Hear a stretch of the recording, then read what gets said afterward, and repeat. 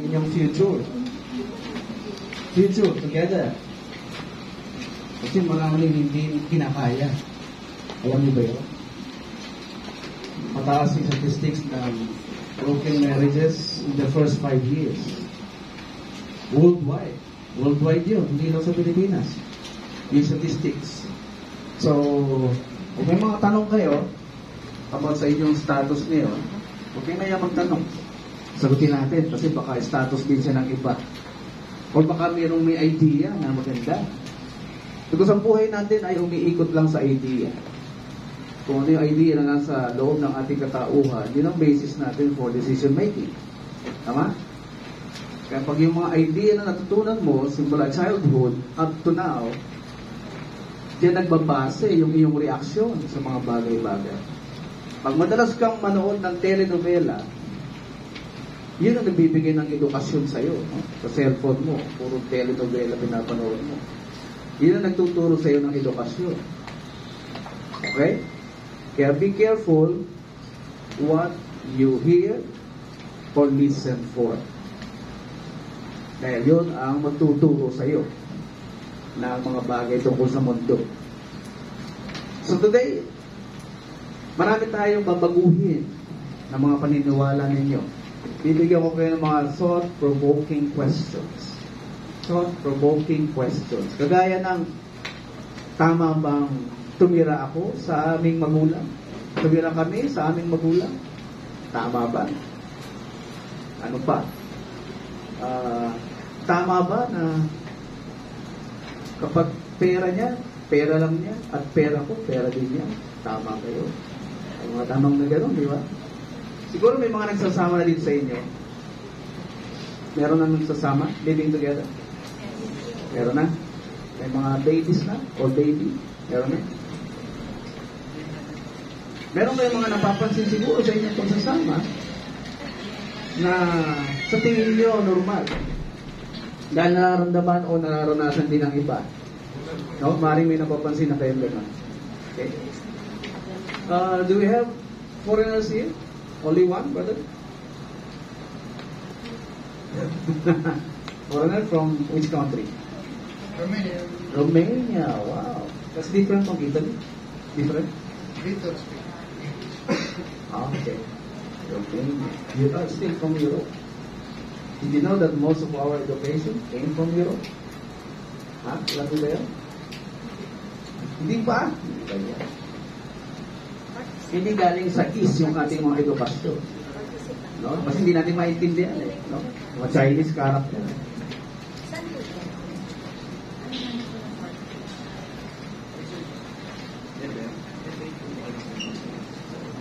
Pagsasama na nyo, yung relationship ninyo ay nakikilala nyo ng isa't isa.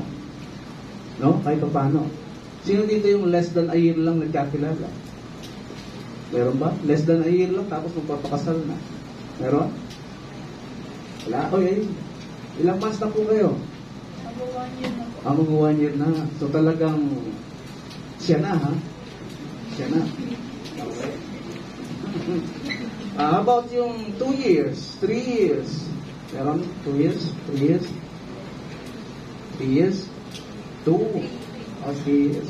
Ito yung courtship level or yung mag-on level before nagsabi ng yes, pakasal tayo. Ha? Yun, ha? 5 years above. Meron? Oo, dami, ha? 5 years above. Okay. May 10 years na ba? Meron dito? 10 years? Yes. 5 years there. 12? Wow. Yan yung talagang walang hiwalaya. 12 years, matibay na yan. Kasi nga, yung statistics, first 5 years, struggle. Puro struggle yan. Alam niyo kung bakit? Merong hinahanap yung nature ninyo sa katawan ninyo na hindi niyo mapigilan, hindi niyo control, pero hinahanap niyo. At malalaman niyo mamaya. Okay.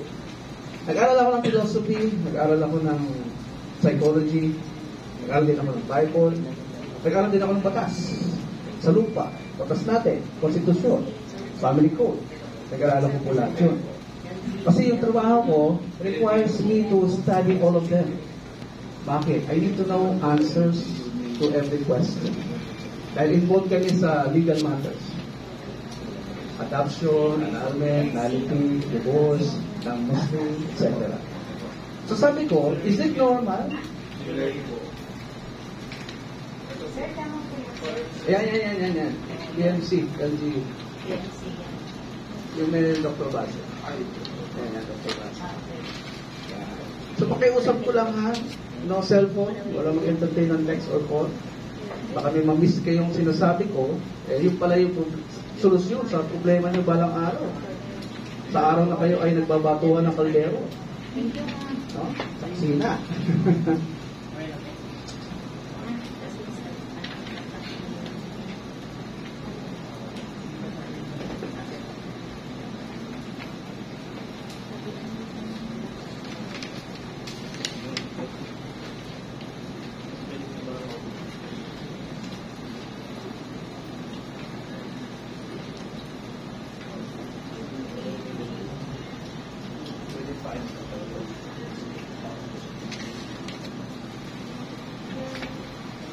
Itong seminar na ito ay required ayon sa batas. Kaya bago kayo bigyan ng lisensya para magpakasal, kailangan nyo umattend ng seminar. Sa social media, marami kayong magbabasa na ayaw umattend ng seminar. Kasi wala pa silang time, etc. etc.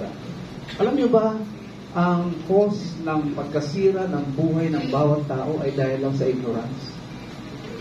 Alam niyo ba yun? Na dahil hindi mo alam, kaya hindi mo magawa. Ignorance lang ang cause.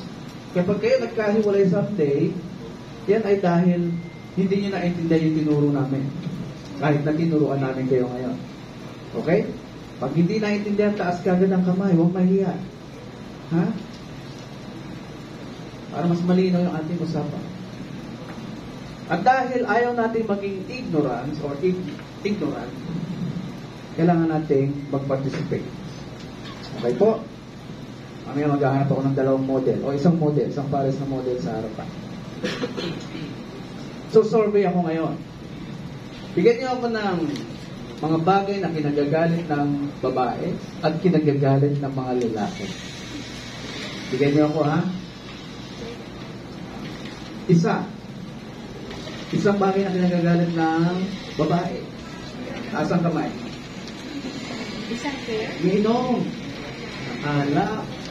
Si mister. O si boyfriend, no? May inom ng alak. What else? Hindi na? Hindi nag-update. Hindi nagagalit ng babae yun. Hindi nag-update.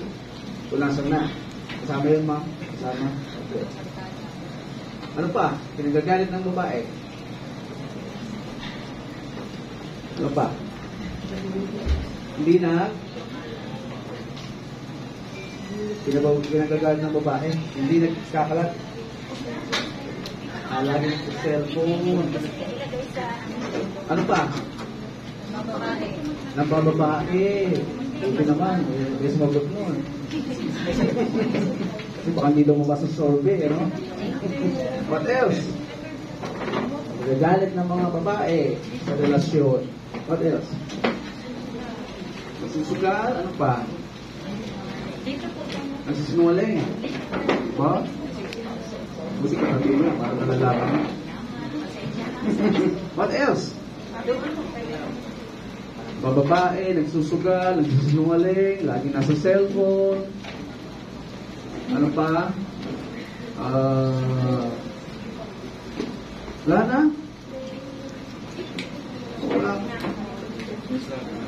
Walang perang inaabot. Or kulang. Diba? Kulang. Ano pa? Walang pera inaabot. What else? Wala na. Pumunta na ako sa lalaki. Okay, so tandaan niyo mga sinagot niyo, ha? Mga bagay na kinagagalit ng babae. Ng babae, naninigarilyo, hindi niyo sinagot. Yung paninigarilyo, kasali yun. I-exe yung buhay mo. May iwan byuda, si Mrs. Diba? Hindi kayo magkasamang tumanda dahil sa kayuyosin mo. Bigyan niyo ako ng taong nabuhay ng 80. sa pagiging chain smoker. Bigyan niyo ako ng taong ganyan. May kilala kayo? Tumagal ang buhay? Despite being a chain smoker? Atay mo, ma'am. Ano pa? Wala na, sabutan na ako sa lalaki. Mga bagay na kinagagalit ng lalaki. Ma'am, nagil. Naging. Ano ba yung naging? Ano yung naging? Define naging. Totoo talaga yan, sir. Define. Kaya mo sir, define? Frequent na pagbubunganga sa mister. Pero sikong gumagalaw na gano'n. Oh. Frequent na pagbubunganga. Naging also means pangungulit sa isang bagay na hindi niya ginagawa. Kaya siya paulit-ulit. No? Oh, baka di niyo alam, girls. Hindi pwede pinong-force ang lalaki. Okay? Because nagging is harassment. Harassing. O, malalaman niyo mamaya kung bakit. Hindi pwedeng ganunin ang lalaki. Okay? Next. What else? Tagal gumilos. Mabagal kumilos. Ganun din ba iba? Yung ibang kalalakihan, mabagal? Oh. May sagot din ang science diyan. May sagot ang science. Bakit mabagal? What else? What else? Ayaw ng lalaki ninanag. Ayaw ng babae na mabagal kumilos. No? Bagal-bagal mo naman. What else? Kinagagalit ng lalaki. Uy, chance nyo na to. Ako katabi niyo yung pangasawa niyo. Hindi kayo salita. Anong bagay? Pwede mong ikagalit someday. Magdumi yung bahay pag uwi. Oh, maganda yung sagot na yun. No? Magdumi ang bahay. Disorganized na bahay. What else? Disorganized na bahay. O, pwede rin ikagalit ang mister nyo, yung babaeng hindi marunong magluto. May solusyon din yan. Hindi marunong magluto. What else? Pwede rin ikagalit ng lalaki yung babaeng mukhang losyang na. No? Hindi naalagaan sarili. No, sir? Tama, no? No? Hinayaan mo mukhang losyang. Kaya si Mr. titingin sa sexy ngayon. Maganda. What else? Kinagagalit ng lalaki. Nag-shopping ka na nag-shopping. Oh, wala ba sa isip niyo? Hindi niyo naisip yun? Nag-shopping ka na nag-shopping. Naubos ang budget. Wala na kakainin next week. Oh, kagagalit niya ba yun? Hindi. Ha? Bakit babae sumasagot? Kagagalit niya yun? Husbands o hindi? Ha? Gusto nila mag-react. Mahiya kayo mag-react, no? What else? Nung umuwi ka, sa dami ng pinamili mo, sinita ka ng husband mo at sinabi mo pa yung husband mo na, ba't kaya gagalit? Pera ko naman to. Oh. May ganun, di ba? Mas mataas sahod ni misis. Matagal ko lang gusto bilhin to. Hindi mo mabili-bili. Oh, naku. Matutuwa ka sa'yo pag narinig mo yun. Oh, matutuwa siya. Ako, sinagtungan pa niya. Mas malaki na sahod ko kaysa sa'yo. Oh, tutuwa ka? Oh, di rin. Ikaw, sir, tutuwa ka? Oh, di rin. Ikaw, sir? Lalo hindi. Oh, diba? So, yun yung mga bagay na nagpapa-stress sa atin. Pansin nyo? Ha? Nagpapa-stress sa'yo o nagpapa-stress sa kanya? Hindi natin nalalaman na meron tayong nababiolate. Anong nababiolate natin? Yung natural design sa ating katawan. Binabiolate ng asawa mo. Ano yung natural design? Pag sinabing natural, is from the word nature. Diba? From the word nature. Ibig sabihin, Hindi mo invento, hindi mo control, but it is there. So, sagot ng science, dahil sa dami na nag-asawa before, na hindi magkasundo, kaya inimbento nila ang divorce. Sa dami na nag-asawa na hindi magkasundo, nag-aral yung science. At tatuklasan ng science na ang babae daw ay created to be emotional. Ano ibig sabihin ng emotional? They will say things according to their feelings. At ang lalaki, na-discover ng science to be logical. Ano yung logical? They speak things according to what they think. Kaya magkaiba ang babae sa lalaki. Okay? Ulitin ko. Women, ladies, are created to be emotional. They will always say what they feel, not what they think. Nagets nyo? Ang lalaki ay logical daw. They will always say what they think, not what they feel. Okay? So based from that scientific findings, meron na kayong basihan ngayon paano kayo magre-react sa isa't isa. Okay? Now, alam nyo ba na kung saan galing ang scientific findings na yan? Kasi hindi naman nasagot ng philosophy. Ganap ako ng sagot sa philosophy. Hindi ko makita. Kahit sino-sino philosopher, binasa ko, pinag-aralan ko. Wala silang sinasabi tungkol sa nature ng babae. Ang sinasabi nila, alam nyo kung anong common sa kanila? Si Buddha, si Confucius, Friedrich Nietzsche, Carl Jung, and all the other scientists. Iisa lang sinasabi nila. Connect with nature. Lalo na si Buddha, very specific sa dyan. Connect with nature. You cannot violate nature. And that includes you, us, as human beings. Kapag nag-malfunction ang relationship ninyo, that means you are violating the nature of your spouse. Pag ika-away, kasi, di ba, tama yung it takes two to tango, tama yun. Ibig sabihin, pag nagka-problema yung isa, affected ang isa. Gets nyo? Pag yung isa naman ay nagka-problema, nai-stress, ibig sabihin, galing sa'yo yung stress. Galing sa'yo, baka may ginawa ka. O hindi ka ginagawa. Kasi hindi mo alam eh. Kaya nga you cannot do things that you don't know. Hindi na.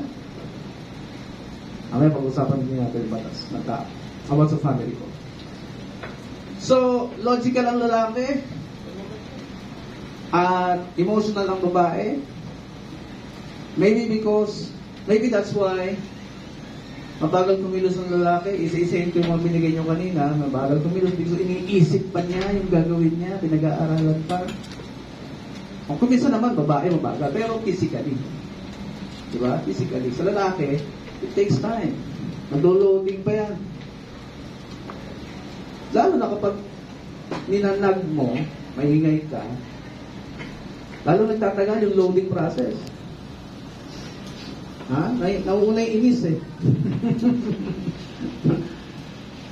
Okay? You are forcing your husband to do something na hindi pa nag-process sa kanya. Pinipilit mo na siyang gawin. Kaya paulit-ulit. Eh kung hindi ka naman nag-asawa ng PWD, no? Excuse me for the word.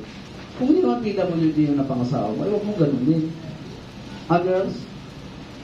Okay. Buo naman ang katawan, malinaw ang tenga, malinaw ang mata ng inyong katabing husband, groom-to-be or groom. Hindi kailangan kulitin. Di ba, no, sir? Okay. Bilis ang sagot, di ba? Sister, balik ka, ha? So,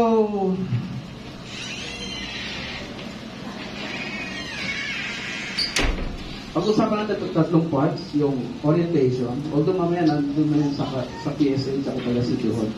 Sila magtuturo yung part niya. I will teach you 2 and 3. Yung principles of marriage.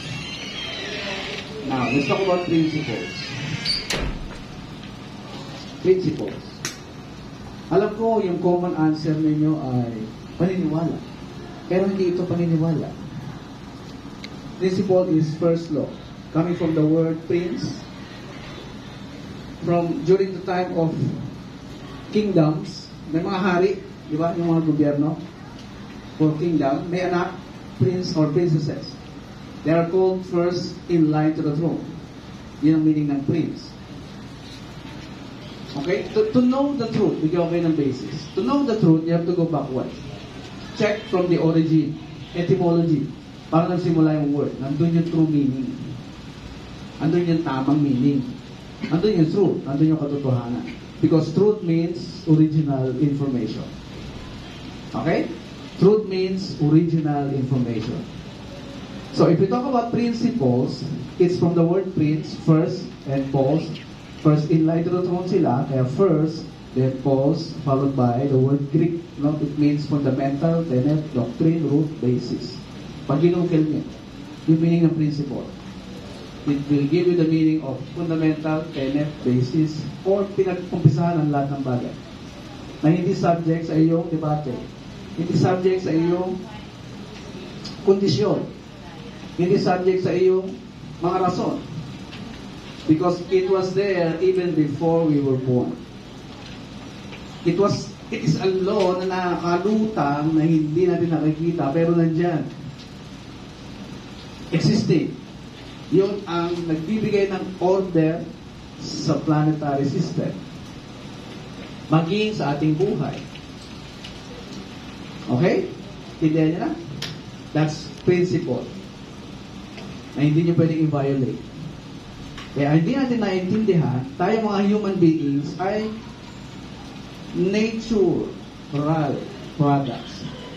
Natural products din tayo. Okay?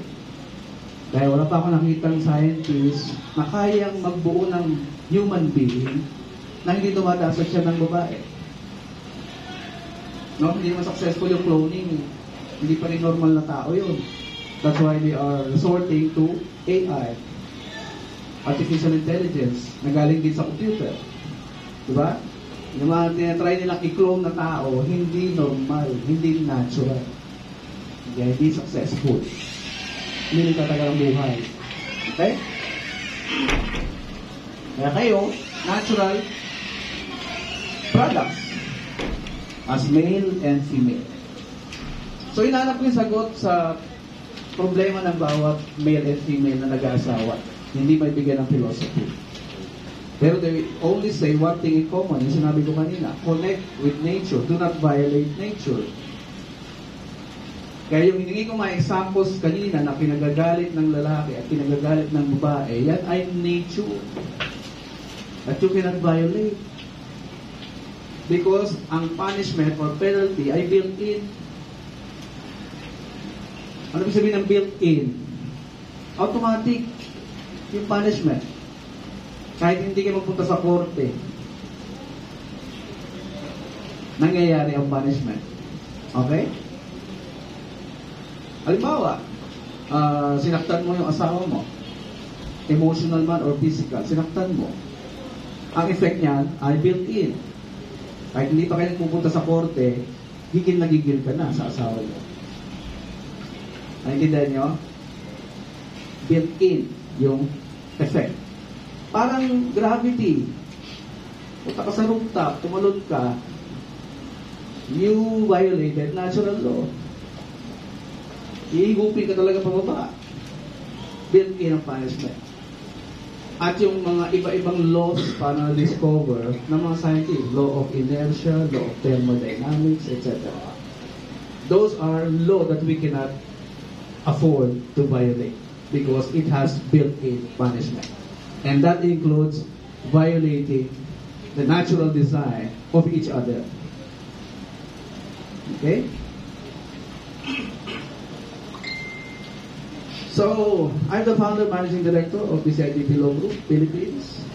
We advocate the building of stronger marriage foundation, happier families, productive individuals, and profitable businesses in the Philippines for the next generation. I am Dr. Angelo Ibase.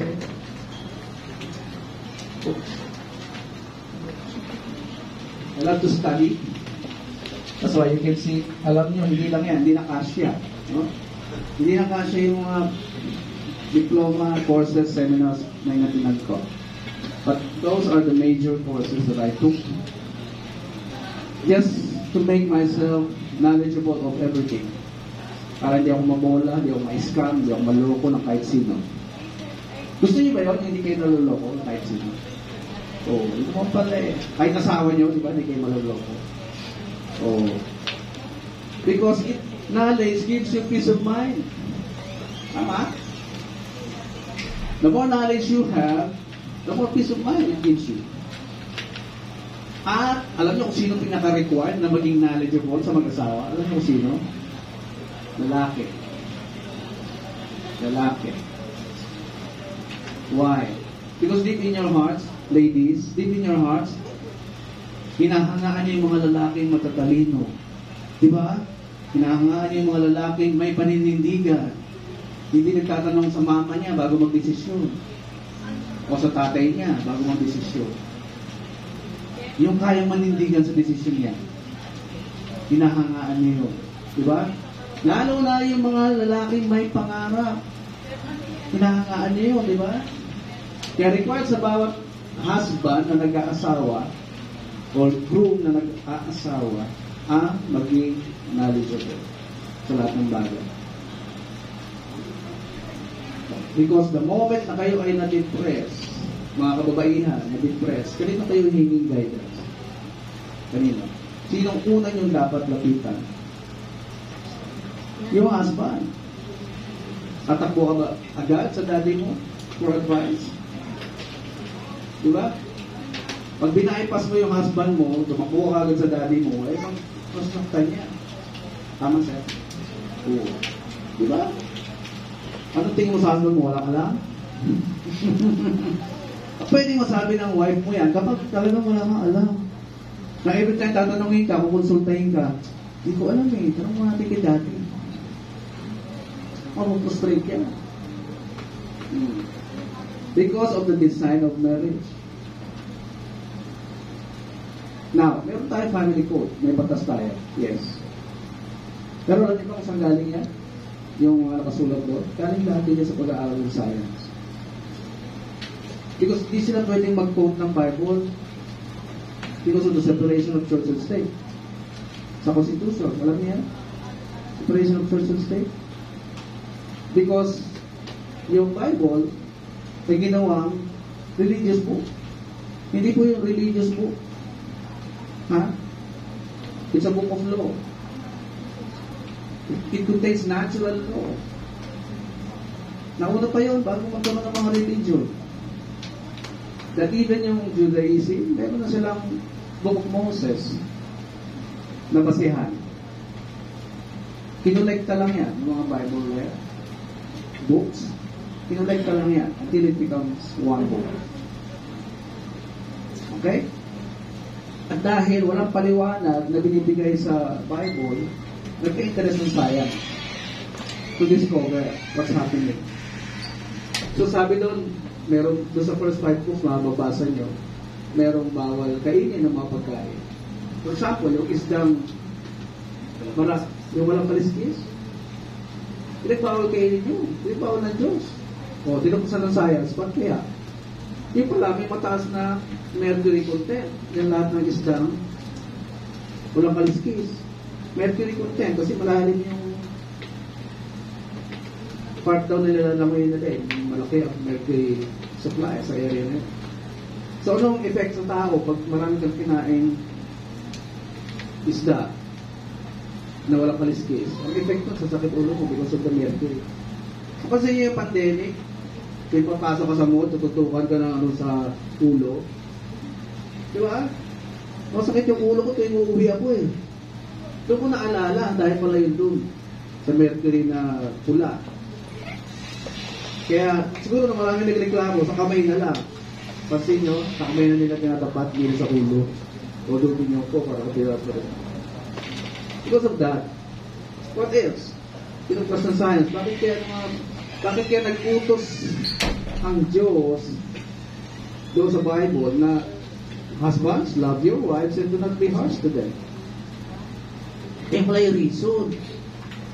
Emotional pala yung babae. You cannot be harsh to the woman. Kaya ang mga lalaki should know how to communicate with their wife na hindi harsh. Na kahit pa sabihin mong direkta, totoo naman sir magastos siya. You cannot tell that directly. Word for word. Di ba ma? O sabihin ka, gastadora ka. Di ba girls? Harsh yun? Harsh? Hindi. Magsagot. Salita. Ha? Harsh. Mataba ka na. Taba mo na. Harsh? Hindi. Harsh. Oh, how to say it nicely to your wife? Mataba. How to say it nicely? Bawasan yung grocery. Okay. Magre-react din yan. Oh. Kailangan justify mo. Bakit kailangan bawasan ng grocery? Explain. O doon gagani pagiging logical mo. O, diba? Alin sa grocery? O, alin daw doon? O, itemize. Itemize. Ano yung nagpapataba? O, diba? Nakukuha talaga sa pag-uusap eh. Diba? Pag inunahan mo ng sigaw, ng galit, ibig sabihin, gusto mong masunod ka kagad. Which is wrong. Kasi hindi nakuha yung side niya. No, diba? That's principle. We cannot also violate that. Ano pa ang harsh sa inyo? Nagluto ka, Mrs. Ang unang reaksyon ni Mr. ang alat naman ito. Kahit na totoo totoo naman maalat Oh. Harsh yun, hindi. Harsh. Harsh sa'yo. Hindi ka kumikimot. Tagal mong sumugot. Itutuloy niya yun. Susunod na luto mo kasi hindi ka nag-react. O pag first time mo nagluto, excited ka, di ba? Patakot-takot na tawad ginawa mo. Nag-cookbook ka pa.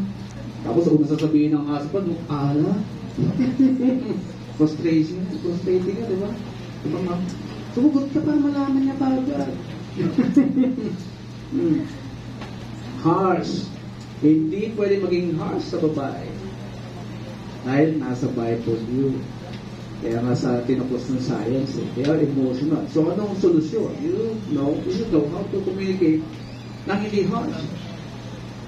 Para mo sasabihin na gastadora ka na hindi harsh. Paano? Testing. Para alam niyo na pag nandun na kayo sa situation mo. Yung hindi masakit. May lambing pa sa dulo. May lambing. Paano sasabihin?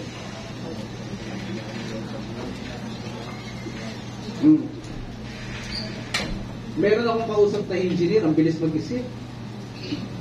Kasi nga, binigay ko example yung maalat na reaksyon sa luto. Ang bilis ng engineer, sabi niya, honey, nag-sale ba yung asin niya yun? Di ba nakakatawa yun? Magagalit ka ba nun? Hindi ka magagalit. Di ba? Mapapaisip ka. Bakit yan siya sabi nag-sale yung asin? Ang galing, di ba? So kung bawat husband may ganong ability na hindi direct sa babae, naku, daming masayang wife. Lagi siya napapatawa. O diba? Pagka ang husband kala mo militar. Ba't ang alat nito? Ginagawang military yung bahay niya. How to say gastadora in a nice way. How to say it? Yes, try. Try nyo. Ano sir? Kailangan ng bagong cabinet. Kailangan ng bagong cabinet na mas maliit. Mas malaki. Mas malaking cabinet. Sige, sabihin mo nga, practice. Sabihin mo sir, practice. How to say it nicely to your wife. Gastadora. How to correct it. Sige nga. Say. Lakas mo sir. Hindi kailangan natin ng bagong cabinet. Dahil?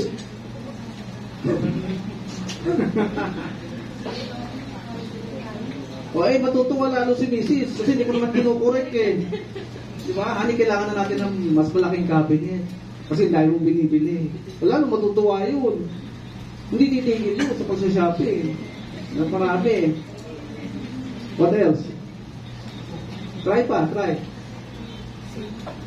Try.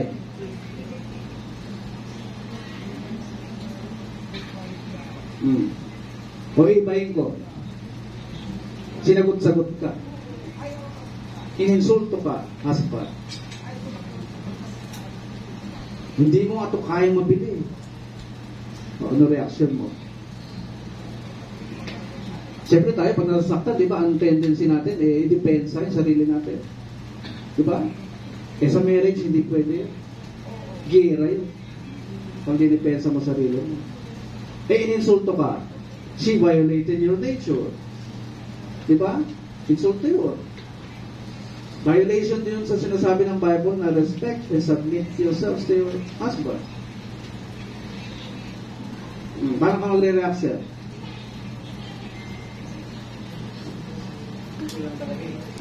Kulang talaga. O, sinabihan ka ni Mrs.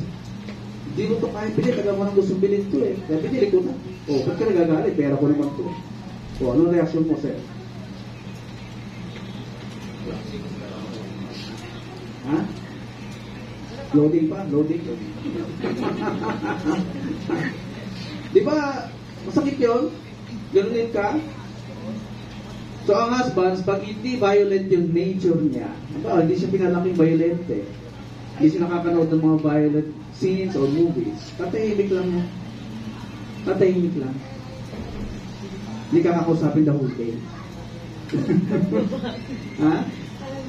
Parang babae? Oo. Pag na-disrespeto ang lalaki, tatahimik lang. Kung meron siyang non-violent nature, tatahimik lang. Hindi ka sasaktan. Pero hindi ka papansinin. As in, hindi ka nag-exist sa mundo. Oo. Darating ka? Okay. Ganun lang. May couple na nagpunta sa akin last week. Meron ding nababiolate na nature, yung babae. Kasi stressful na yung pagsasama nila eh. Tatlo na yung anak nila. At yung husband niya, buwan na raw siyang hindi pinapansin. Months. Oo, maabot ng months. As if wala siya sa mundo. Kahit na umuwi sila sa isang bahay. Anong cause? Alam niyo po ano? Ayaw pagbigyan sa sex. Every time na kakalapitin siya, ayaw niya. Tatlo na anak to na. So, tinanong ko yung babae, takot ka ba ulit mabuntis? Hindi naman, sir. Basta ayaw ko na eh. Wala akong gana eh. Para bang sex na lang yung bumubuhay sa aming pagsasama? Pag pinagbigyan daw niya sa sex, okay siya. Maayos ka usap after. Pero pag hindi niya pinagbigyan, ayun, tumatakbo ng buwan na hindi siya pinapansin. Kaya gusto na rin makapaghiwalay. Violation leads to another violation. May naunang na-violate before pa siya kumalapit. Meron. So, tinanong ko yung pagsasama nila. Ikaw ba ay mahiling magsagot-sagot sa husband mo? Oo, sir. Nilalabanan ko na siya ngayon. Dahil sa equality. Sabi kasi ng equality, pantay daw kami. So, hindi na ako pumapayag na inaapi-api. Palaban na ako ngayon, sir. Gano'n. Oh, okay, what do you get now? Ano pa? Pag nag-uusap pa kayo sa bahay, paano? Malumanay o address ba yung problema without shouting at each other? Hindi, sir. Pagka tatalo na kami, lumalabas na siya ng bahay. Or minsan, pupunta na lang sa sala, hindi magsasalita, magse-cellphone na lang palagi. Or mag-movie, mag-isa. Okay, pupuntahin mo dito yung husband. Usap kami. Teka muna, baka may third party siya. Wala naman sir, lagi lang nasa bahay. Kung ano nangyari ng pandemic, nawalan siya ng trabaho, sir. Simula nun, nag-down na siya. At lalong na-down nung namatay yung lola niya. Bakit? Bakit na-down nung namatay yung lola? Yung pala, lola ay nagpalaki. Lalong na-depress. Kakukuha lang ng trabaho a few weeks ago. Pag pinagbigyan daw niya sa sex, nanonormal. Nagiging normal ulit. Masaya, maayos kausap.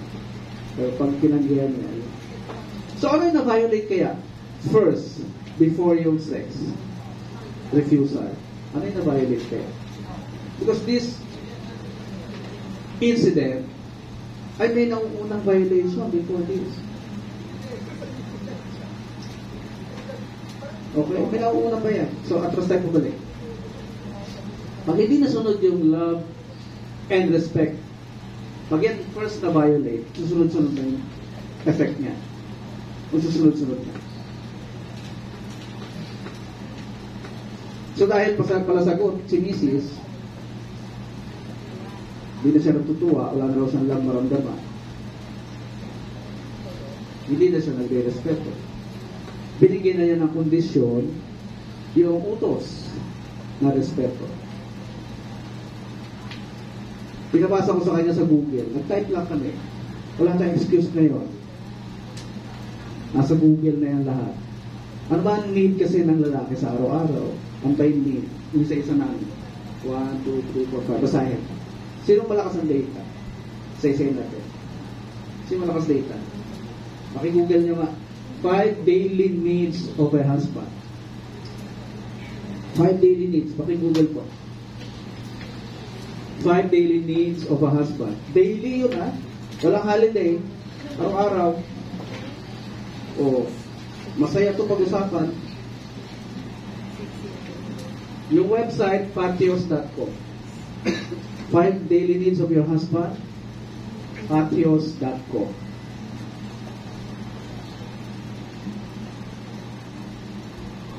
Kuha na? Patios.com. 5 daily needs of a husband. And then, okay. Number 1, pakibasa po. The need to feel respected. The need for reflection.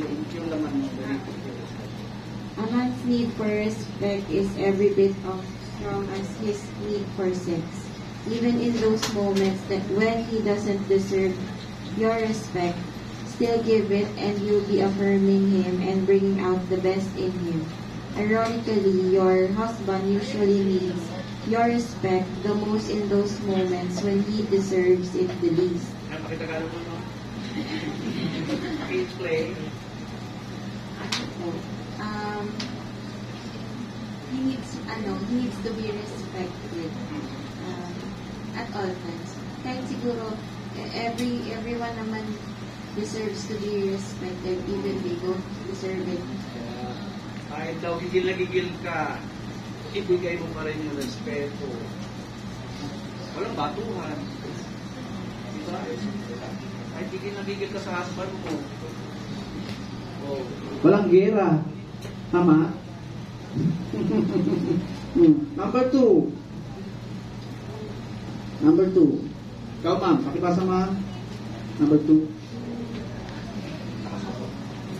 Number 2, the need for reflection. Most men have a hardwired need for daily silent reflection. They need to unplug and decompress. This isn't an excuse to lounge on a recliner all night, drinking beer and watching Sports Center. But do your best to give your husband some time daily to have a few moments of uninterrupted time to reflect and decompress. Pakitagalog, ma'am. Explain. Anong time? Me time. Yeah, me time. Tapos, bigyan daw ng chance yung husband Na magkaroon ng time by for himself. himself. For what purpose? What reason? Para mag-start. To decompress. Decompress. Dahil sa pagiging logical ng lalaki siguro, sabi ng science, kailangan ilabas yung mga nako ng information para magkapasok ng bagong information o idea. Di ba?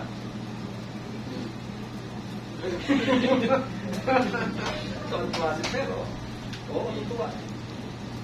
Tuwa talaga kayo dito.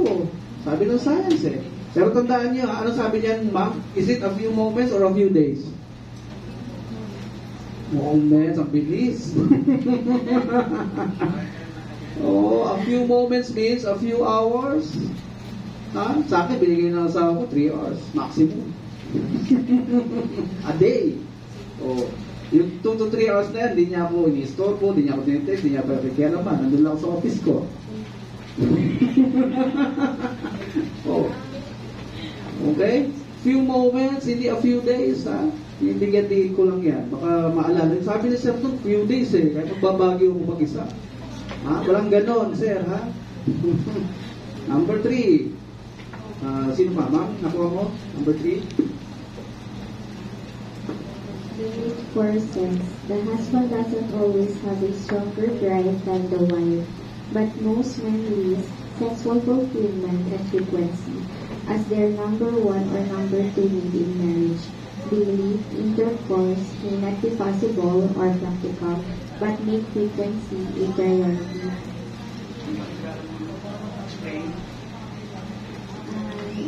Kapag pumasok sa marriage life is nakabind na kayo both partners. So, yan, need ng sex. Since yan, kahit sa biblical need is, yung sex is designed for marriage couple. Kahit daw imposible na araw-araw, make, ano yung word? Make frequency a priority. Because it's the nature of a man to produce sperm, release sperm every 2 to 3 days, sabi dito ng science. Pag medyo bata-bata pa. 2 to 3 days, kailangan i-release ng lalaki yan. Kanino i-release? Kanino? Sisters? Sagot? Kanino? Sa asawa. Hindi sa kapitbahay. Hindi kay bestie. Ha? Oh. Wives? Kaya kailangan ko ituro sa inyo to kasi pag hindi nyo alam, baka tumanggi kayo ng tumanggi, you are violating the nature of your husband to release.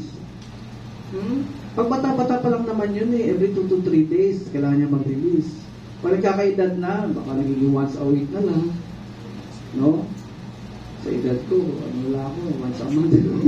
Sa edad ko. Oh. Huwag i-violate ang nature. Yun ang nangyari doon sa pag-asawa ko ng kwento ko kanina. The need for sex. Kung paano, ikaw ang sasalo niyan, sister. Kung paano mo man saluhin, baala kayong dalawa. Usap kayo. Hindi ko na ituturo yun. Ha? It's a natural need ng lalaki. Kaya mag-alala, pumunta tayo sa babae. Ha? Wait lang kayo. Number 4. Sa'yo, ma'am, nakuha niyo? Hindi abot yung mic. Ma'am, ikaw uli, ha? Ayan. Ganda pag-usapan to, di ba? Number 4.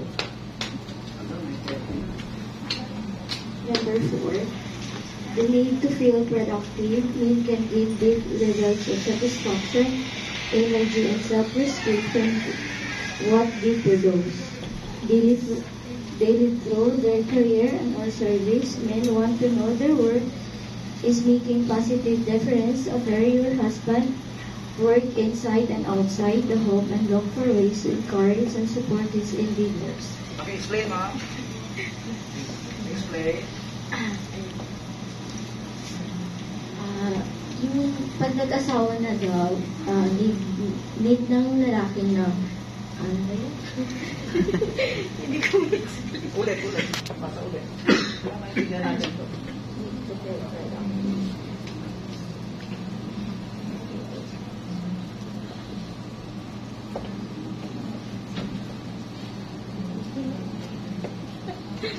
Tulungan mo, sir. Parang hirap Wala, friend. Wala husband. Parang hirap i-explain. Yung lalaki nga daw, gain big levels of satisfaction, energy, and self-respect from what they produce. Self-respect. So, yung lalaki nagkailangan din ng respeto sa sarili. So, syempre pag lalaki, Mga teacher. Okay. Ang lalaki competitive. Okay? Competitive by nature. Lalaki, gusto tayo makapag-compete. At makakuha ng recognition, ng commendation. Pag hindi yan nakuha, lulugo-lugo ang lalaki. Tama, sir? Meron kang boss na ikaw naghihirap, masolve yung problema, pero yung boss mo ang nagtitake ng credit. Di ba? Masakit sa atin yun, di ba? Ikaw nagpakahirap, ikaw may idea, tapos may isang supervisor na tinitake yung credit. Pag umuwi ang husband, nalulugo-lugo. Wala siyang recommendation na nakuha. Kanino niya kukunin? Yung pagpuri na hindi niya natanggap sa labas. Kanino niya kukunin? Sa asawa. Sa wife. Hindi uubra na nasa-sermonan mo yung husband mo na ganito. Tagal ko na sinasabi sa'yo, mag-resign ka na dyan eh. Kulit mo, hindi ka niniwala sa akin eh. Hindi yun ang gustong marinig ng husband nyo. Tama, sir? Anong gusto nyo marinig? Support. Alam mo, kaya kita pinakasalan kasi alam ko magaling ka. O, di ba sarap pakinggan, no? O, kaya kita pinakasalan, bilib ako sa'yo eh. Huwag mo pasinin yung mga yan. Tama, ma. O, pag binaligtad mo, kasi hindi mo alam yung turo na ito, pag binaligtad mo, sinisisi mo siya, sinisermonan mo siya, hindi niya gustong marinig yun. Nasusunod, hindi ka na niya gustong kausapin. Bestie na niya yung kausap mo. O yung ex niya. Lalo na kung marunong magbigay ng praise yung kanyang ex. O, hayaan niyo ba yung mangyari? Hayaan niyo, ma'am? Kaya know this and apply. Number 5. Bibilis na natin. Ako, wala na ako sa time. Number 5. Nakuha mo, ma'am. Number 5. Pabasa natin dito sa kapila.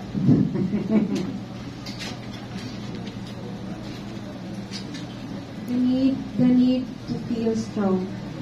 Every little boy wants to grow up and be a superhero, and grown men still hold those same desires to be strong and heroic. Regardless of how much or little we can bench, press, or the size of our love handles, we want to feel like powerful protectors of our families. A wife's words and actions have the power to make a husband feel like a hero. So, build him up and help him become the best version of himself. Explain. Husband po ba? Sa maliit pa lang daw po yung bata, parang katulad po kanina, na kailangan po nilang kasi po, ang boy po kailangan, ay sila po dapat magpo-protect sa family. So po, habang maliit pa lang po sila, ini-encourage na po natin, pagsabihan po natin yung mga anak natin na sila po yung mga, ano ba ito? Sila po yung mas strong po. Para pag eventually lumaki po sila, magkaroon ng family, sila po yung masasandalan ng sarili ng pamilya. Napansin niyo ba kahit na mga adult kagaya natin, gusto natin yung mga Superman, Batman, no, mga superheroes, nagkiklik sa mga tatay din, hindi lang sa mga bata. Because we have this strong desire to be superhero all the time. Na maging bida lagi sa bahay, sa pamilya. Natural yun na hindi natin mapigilan. Because we were designed to be protectors of our family, tama? O, kapag nanghina, because may oras naman talaga nanghihina tayo, di ba? Depressed. A wife's words and actions, ano sabi? A wife's words and actions have the power for the husband to become hero again. Connected doon sa unang sinabi natin. Ang galing-galing mo nga eh. Kaya kita pinakasalan eh. Ha? A wife's words and action. Inspiring dapat ang sinasabi din sa husband. Otherwise, pinaligtad mo yan, hindi kanya kakausapin. Because you violated his nature. Na kailangan niya matanggap sa'yo. Yung papuri, yung praise. Ha? Sa babae talaga nang gagaling yun eh. Kaya laging may love interest si Superman eh. Laging nilalagyan ng babae sa movie. Diba? Pag nangihina siya, diba, magpapakita lang si Lois Lane. O, papakita lang sa eksena, malakas na uli. Okay? 5 things. So, isa-isayin natin uli. Number 1 is the need to feel respected. The need for reflection. The need, pangatlo, the need for sex. Number 4, the need to be productive. Number 5, the need to feel strong. Galing ha? So may reference na kayo ha? Punta tayo sa babae. 5 daily needs of a woman, of a wife. 5 daily needs. Google. Allpro.com. Ibilisan na natin. Wala na akong time. 5 daily needs of a wife.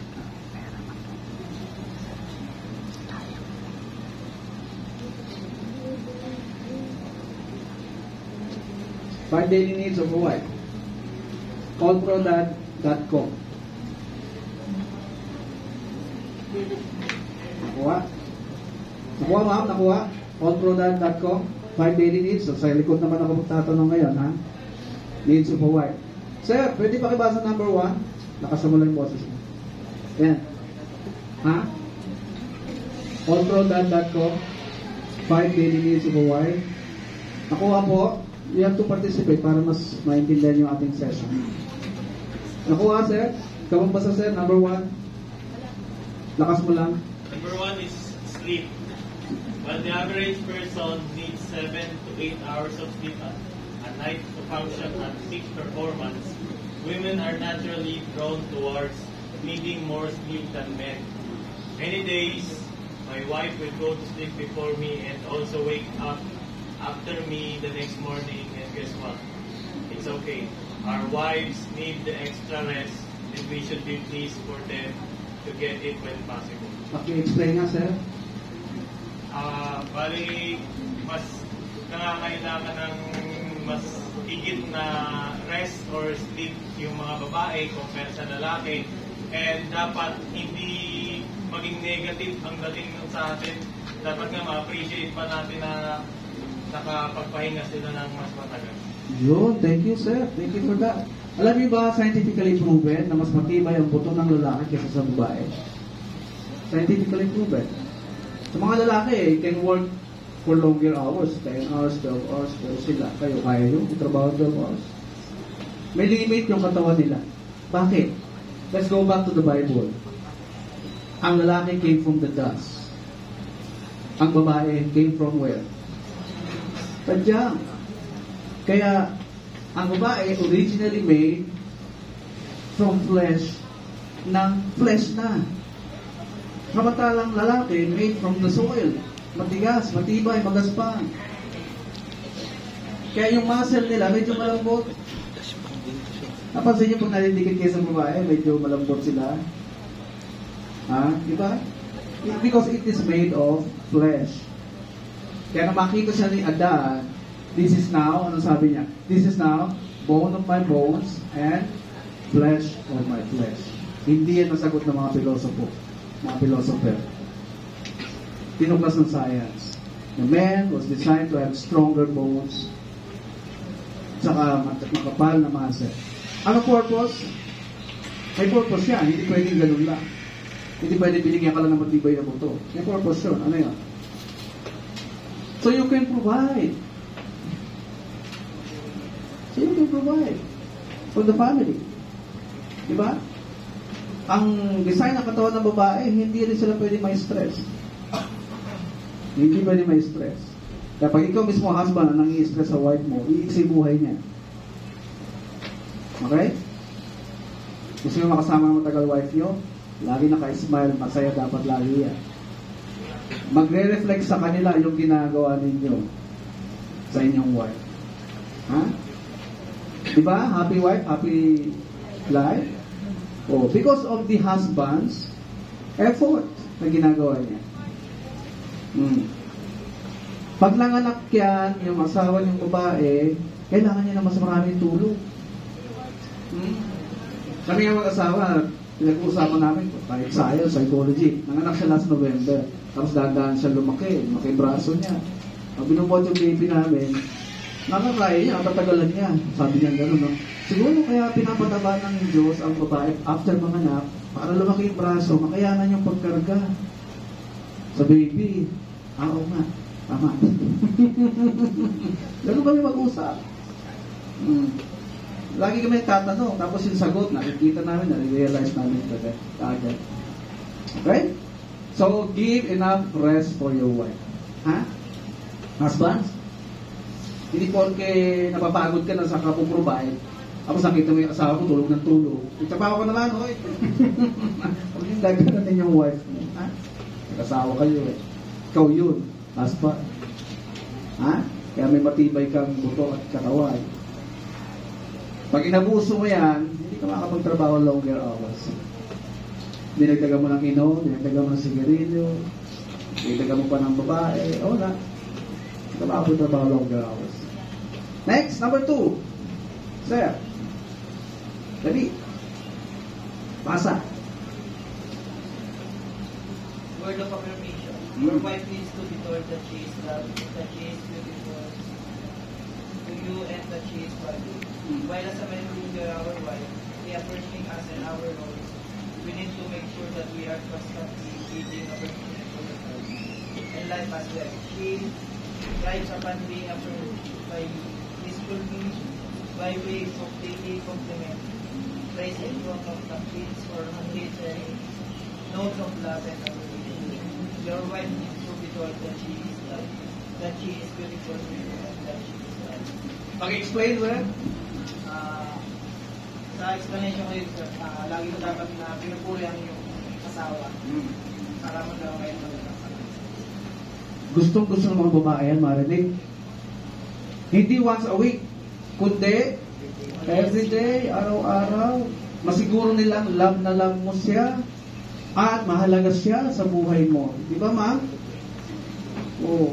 Kasi isang araw na hindi mo masabi yan, iisipin mo may iba ka na. Di ba? Iisipin mo may iba ka na ba? Nakalimutan mo mag-I love you kanina umaga, oh. Ano ba yan? Kanina umaga lang ako hindi nakapag-I love you, may iba na kaagad. Ganyan sila mag-isip, advance. Kaya wag kang mag-fake na sabihin yan araw-araw. Ha? Okay?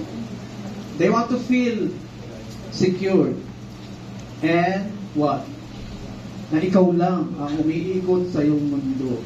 Siya lang yung umiikot sa mundo niya, sa mundo mo. Okay? Number 3. Sir. Number 3, quality time. More than anything else, your wife wants from you. She wants more of you, and especially more of you, more of your time. She wants you to talk to her, to spend time with her, and connect with her on an emotional and spiritual level as her husband.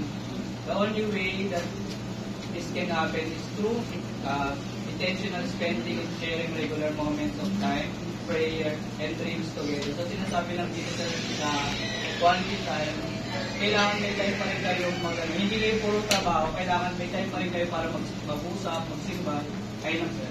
Yun. Quality time. Araw-araw, ha?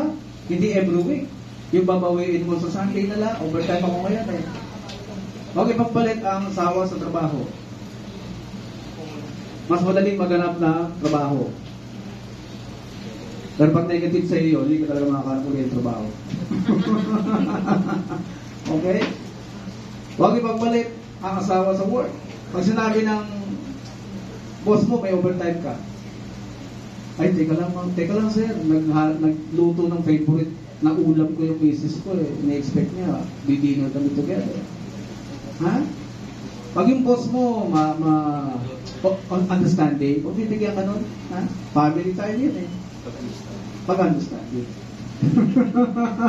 Pag hindi understanding, hiwalay, no? Hiwalay sa asawa, yung boss mo, eh, problema yan. Depende yun sa hugot niya kasi. No? So, para daw mangyari ang quality time, kailangan intentional. Pag sinabing intentional, ano ibig sabihin nun? Sinasadya. Planado. Nasa alarm. Nasa schedule. Sinadya eh. At ito pa, sabi ng scientist, 15 hours a week ang kailangan ng mag-asawa. 15 hours. So, how much time yan in a day? Divided by 7. That gives you about 2.5 something? Diba? Oh. Pero oras ang kailangan ng asawa mo sa iyo, husband. Para lang makipagkwentuhan, sabihin niya lahat ng nangyayari sa kanyang opisina, pati yung mga nangyayari sa baby niyo. Excited ikwento yan? Ha? Abang wala kayo sa work, abang wala kayo sa bahay, siya yung nasa baby, tuwa niya ikwento sa iyo pag uwi. Kaya? Kaya, husband? Kaya? Kaya, okay. Very good. Pang-apat, number 4. Number 4, sir. Number 4, detailed communication. As a man, we're satisfied with coming home, giving our wife a kiss and saying to us, how was your day? Good and more good to go, but more than your wife, it's your lips at the end of the day. She needs you in. She has a plenty of things to say. You actually as well start and make yourself available to just listen. She also wanted to know more details and less about you and your day. As well, a good husband must learn to be both a good communicator and a good listener. Okay, explain, sir. Ano po siya, explain to be very sweet. Hindi lang po yung, parang nag-advise po siya, huwag niya po yung kiss and hug niya po. Para maging strong po siya sa pag-work and then sa family niya po. Yan. Ano yung title? Yung item? Detailed communication. Detailed communication. Di ba, girls, di kayo satisfied na isang statement lang? O, for example, may client na nilibre ka, husband. Pinag-usapan yung business, no? Business meeting, nilibre ka. Kainan kayo dalawa sa restaurant. Tapos umuwi ka na. Pinento mo sa wife mo. May isang client na tinreat ako for dinner eh. Oo, okay na yan. Hinatid ko na siya. Asa mo hinatid? Hindi sapat yung hinatid lang, di ba? Di ba? Hindi sapat sa inyo. Kailangan detalyado. I-volunteer mo na. Otherwise, magiging FBI yan. Husband? Saan mo hinatid? Anong oras? Anong lugar? Anong kanto? Anong pangalan ng street? O, kahit na hindi naman niya pupuntahan yun, gusto lang niya malaman sa'yo. Kasi they need detailed communication. At hindi lang yun, anong kinain nyo? Di ba? Itatanong mo rin yun, ma'am? Anong in-order niya? Anong in-order mo? Detalye ang kailangan ng wife. Ha? Huwag kakalimutan niya, husband, ha? Kaya kung ayaw mo mairita, husband, i-volunteer mo na lahat ng information. Okay? Kasi magtatanong pa yan, o baka nag-goodbye kiss pa sa'yo yun, ha? Unahan nyo na, walang goodbye kiss. O, ano, nanginaya ka? Gagawin, hindi ka pa ng wife mo. Okay, number 5. Number 5 ba? Okay, number 5. Sino? Pasa. Yung naka-pink. Sir, di ko pa narinig boses mo. Alam ko, naka-ready ka. Number 5, non-intimate physical affection. Every day, your wife needs you to hug her, to give her a kiss, and tell her that you love her. She needs non-sexual expression of your physical affection. This might include brushing up against her as you walk by in the kitchen, wrapping your arm around her on the couch, or simply holding her hand while walking together through the store. All of these things non-verbally communicate your love. They communicate to her that she is yours and you're thankful for it. Paki-explain, sir. Sir, yung non-physical, yung parang lambing na lang. Parang simpleng bigla ako yayakapin, ano mo lang siya na special pa rin siya sa'yo. Kasi after ng marriage siya, mawawala rin yung nagiligawan kayo. So, ano lang, lambing-lambingin din na special pa rin siya. Yes, thank you, thank you. Non-intimate physical affection. Hindi kailangan sex lagi ang ibigay para mapasaya si Mrs. Ha, husbands? Meron silang mas higit na kailangan. Alam niyo kung ano yun? Affection. Affection. That's how they spell love. Affection. Gusto nila lagi tinatouch, niyayakap, hinahugs. Di ba, ma'am? Gusto niyo yun? Alam niyo kung bakit? Gusto niyo malaman kung bakit? Because she is your baby. Galing yan sa katawan mo. Nauna tayo ng anak kaysa sa kanila. Para kung unawa sa inyo ng Diyos na pag nag-asawa ka, lumabas sa katawan mo yan, baby mo yan. How do you treat a baby? Gusto lagi natin hinakas yung baby, di ba?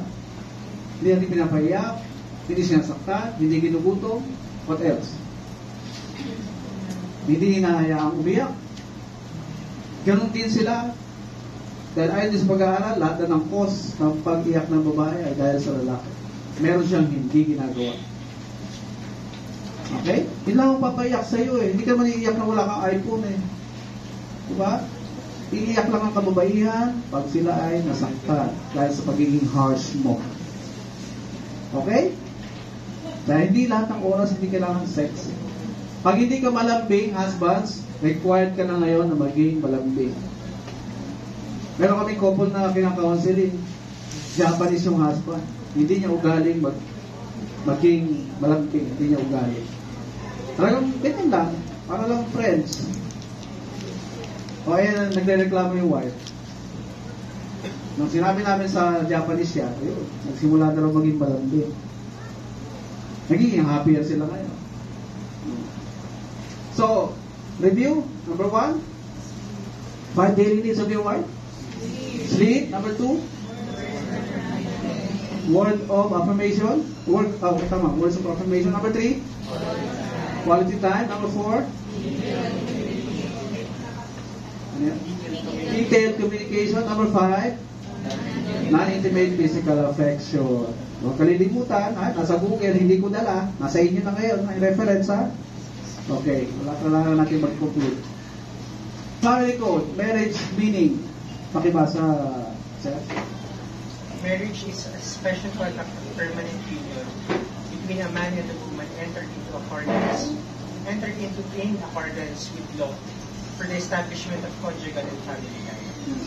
It is the foundation of the family and an inviolable social institution whose nature, consequences, and incidents are governed by law and not subject to stipulation, except that marriage settlements may fix the property relations during the marriage within the limits provided by law. Okay. Special contract daw ang marriage. Pag may nabasa kayong special na salita, that means mayroong ordinary. Okay? Pag ordinary, pag-usapan natin, under the civil code, ito ay isang kasunduan na kayong dalawa yung nag-set ng terms and conditions. Okay? Ordinary contract, kayong dalawa yung nag-set ng terms and conditions. Parang business partner lang. Ito ang investment ko, ito ang share ko, ito dapat ko matanggap. Okay, ganun din ako. Ito ang share ko, investment ko, ito ang dapat ko matanggap. Pumapayag ka, that's the law between the two of you. Basta walang nababiolate na law, morals, public policy, or customs. Okay? Igagalang ng hukom ang inyong kasunduan na ordinary contract. Sa marriage, special contract daw. Na ang masusunod na ay what? Yung batas na nakasulat. Hindi na yung inyong mga kondisyon. It is the foundation ng pamilya. Remember, ito daw ang marriage. Ito ang family. At sabi ng gobyerno, pundasyon daw kayo ng gobyerno, ng bayan. Ha? Nabasa niyo? Konstitusyon? Family is the foundation of the nation? Okay. Pag maraming problema ang nasyon, ang bayan, bumabalik sila pa atras sa family. Bakit? Kasi yung social ills galing sa family. Bakit nagkakaroon ng malfunctioning sa family? Kasi mayroong marriage na problematic. Tapos tayo ulit pabalik. Bakit problematic ang marriage? Kasi merong wife na nagre-reklamo at may husband din na nagre-reklamo sa isa't isa. Nakuha niyo na? Ganon ang nagiging effect sa atin ng malfunctioning marriage. Lumalabas sa bahay. So, sabi ng gobyerno, ng batas natin, hindi na kayo ang masusunod. Batas na masusunod. Article 68, assignment nyo. Article 68, nandun ang job description nyo as husband and wife. Article 68 hanggang 72, family code. Basahin ang job description nyo. Nasa Google din yan. Okay po? Ha? Ang pwede lang daw masunod sa inyong marriage, yung inyong ari-arian na minana kung meron man, or savings kung meron man. Pwedeng hindi mo dalhin sa marriage yung savings mo, at ganoon din siya, pwedeng hindi niya dalhin sa marriage. Kasi ang marriage kailangan ng funding. Di ba? Anong kailangan sa marriage? Yung tuition ng mga bata, pambayad sa renta, pagkain nyo, pamasahin nyo, etc. So kung meron kami nana, dadalhin nyo ba yan sa marriage? Para pagkuhanan din ng source ng inyong gastusin. Dahil pag yung asawa mo nangutang na hindi mo alam, doon din kukunin niya sa mga mana mo, kahit wala ka namang kaalam-alam sa utang niya. Ahabulin ng batas. Kaya nakauso ang prenuptial agreement. Doon lang kayo pwede magpasok ng terms and conditions. Okay po? So dahil time na ako, any question? Any question po? Taas na ang kamay.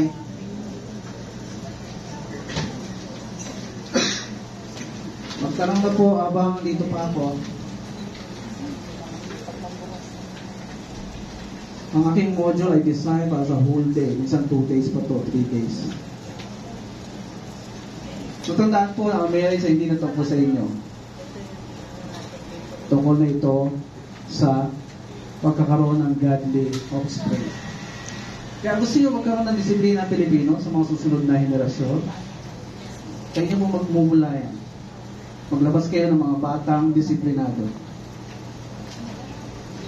At kailangan manindigan ng tatay. Become the lawgiver in the house. It's the father who should be the lawgiver. Anong trabaho ng nanay? Law enforcer. Kung ibigay ng law ni daddy, i-enforce ni mommy. Hindi kayong parehong lawgiver. Isa lang. Naintindihan po? Ha? Kaya pag may mga batang na-train sa loob ng bahay para sumunod sa batas, eh, ang saya-saya ng community natin, ang saya-saya ng society. Lahat disiplinado. Pag nakita ng red, talaga, stop. Diba? Hindi tatawid kahit naka-green. As simple as that. Pero hindi natin nagagawa ngayon. So, happy life, happy marriage, happy family is our priority. Kami mismo, priority namin yan. Gusto namin na masaya pamilya, o di lahat ng kilos namin, naka-align doon sa gusto namin masaya. Hindi niya ako ini-stress, hindi ko siya ini-stress. Masarap yun, di ba? Yung gano'n.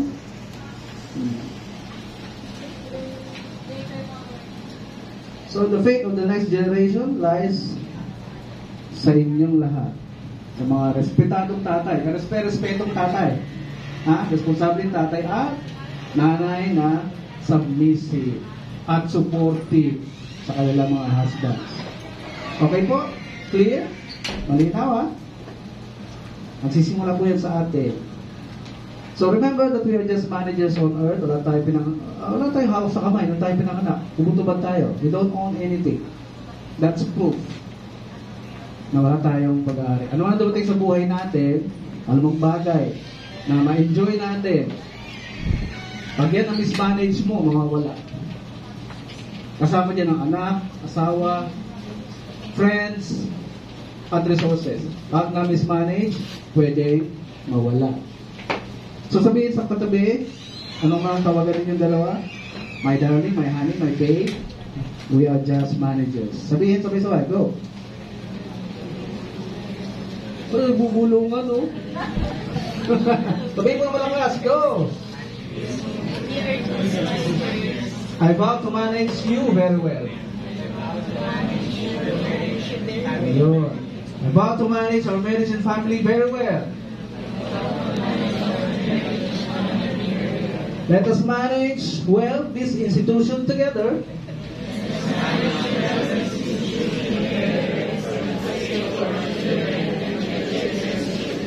Okay, thank you. Like and follow us sa Financial Life Mentor, BCIDP Exclusive School for Couples. So, feedback, question, anything? Wala na tanong? Wala na? Mag-message lang, ha? Sa amin sa Facebook. Thank you. My sincere prayers for the success of your marriage. Nanap niyo ako. Nalito kayo. Sigurado nalito kayo. Ang group want to shoot. Picture ako.